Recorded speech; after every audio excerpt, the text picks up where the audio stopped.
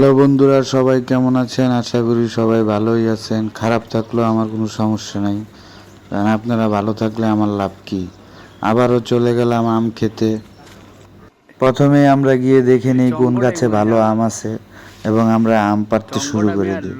ফারুকের অতিরিক্ত গুতাগুতির কারণে আম পাড়ার যন্ত্রটি ভেঙে যায়। ভিডিও যদি চারি তোমার ইজ্জত থাকবো, চঙ্গ ভাঙ্গে লাইছো একটা আম পাতা আল্লাহ তুমি।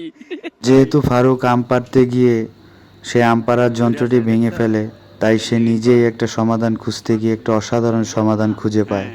সে খুঁজে পায় তার দাদার পুরনো হারিয়ে যাওয়া একটি জায়গার অংশ বিশেষ, এবং সে জায়গাটি পাওয়ার পর বিস্তারিত আমাদেরকে বলতে থাকে তার দাদা এটা কখন পড়তো, কখন খুলতো, এবং সে আবেগ আপ্লুত হয়ে যায়। আবেগ আপ্লুত হয়েই সে আম পাড়ার যন্ত্রটাকে ভালোভাবে সেট করে জায়গা মতো ফিট করে একটা টান দেয় এবং সে সফল হয়। আমগুলা পারতে পারলো, কিন্তু আম গেছে নিজের মনের লালসা মেটাতে সে আমগুলো সে খুঁজে বের করে এবং বিশ্বকাপ জয়ের মতো আনন্দ সে উদযাপন করে। এটা কি পড়ছে এখন? তারপর আমিও আম পাড়ার লোভ সামলাতে না পেরে নিজের কাঁধে দায়িত্ব তুলে নিই। মাইনকা চিপায় যে আম ক্যামেরা পর্যন্ত খুঁজে পাচ্ছে না, কিন্তু গ্রনিক চোখ ফাঁকি দিতে পারেনি, বহুত চেষ্টা চালিয়েছে। ইনশাআল্লাহ আমরা পারবো, যেহেতু জায়গা দিয়ে মানছি ভাই। অবশ্যই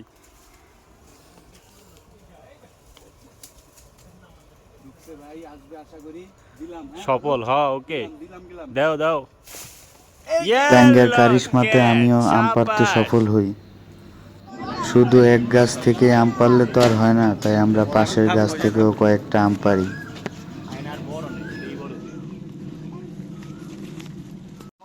আমের ভর্তার স্বাদ বাড়ানোর জন্য আমরা ওই দিনের মতো আবারও চলে যাই কিছু ওরবড়ি পাড়তে। কিন্তু দুঃখের ব্যাপার হচ্ছে ওরবড়ি গাছের ভিতরে ছিল না পর্যাপ্ত পরিমাণে। ওরবড়ি পাড়তে উঠছে, ওই যে ঝুলতাছে, ওই যে বিচিরি ঝুলতাছে। ফারুকের বিচি না, কিন্তু আবার আপনারা ভুল বুঝছেন না, এটা ওই যে অরবড়ির বিচি। অরবড়ির বিচি।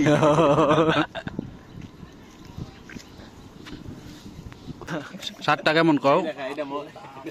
এর মধ্যে আম পাড়তে পারতে মাথার ভিতরে দুষ্টু বুদ্ধি আসে এবং সিদ্ধান্ত নেই টক আম মিষ্টি বলে মানুষকে খাইয়ে দেওয়া। বাইরে একটু খাও, লো। আসলে মিষ্টি এটা ভাই, এটা আসলে মিষ্টি ভাই, খান। আলহামদুলিল্লাহ না ভাই, খাও সবাই, খাও এক কামড় করে।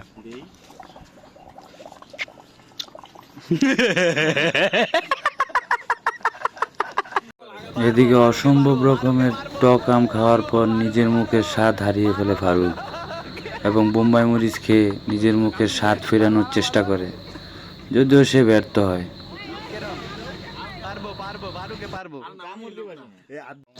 এদিকে আমাদের শয়তানি ফাজলামি করতে করতে আমাদের ভর্তা বানানোর সকল উপকরণ প্রস্তুত করা হয়ে যায় এবং আমাদের ওই আপা ওরবলিগুলাকে থেতলায় থেতলায় ভর্তা বানানো শুরু করে।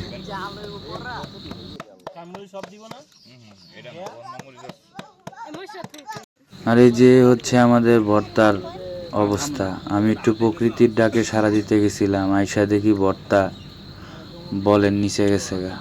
আর একটু পরে আসলে হয়তো বা বলটা চারটে চারটে খাওয়া লাগতো। ও এদিকে আবার আমরা ভর্তা খাওয়ার মাঝখান দিয়ে আরেকটা কাজ করি। একটা অর্ধেক গাছ পাকনা পেঁপে খুঁজে পাই এবং সেই পেঁপেটা ছোলার দায়িত্ব আমি আমার নিজ হাতে নিজের কাঁধে তুলে নিই।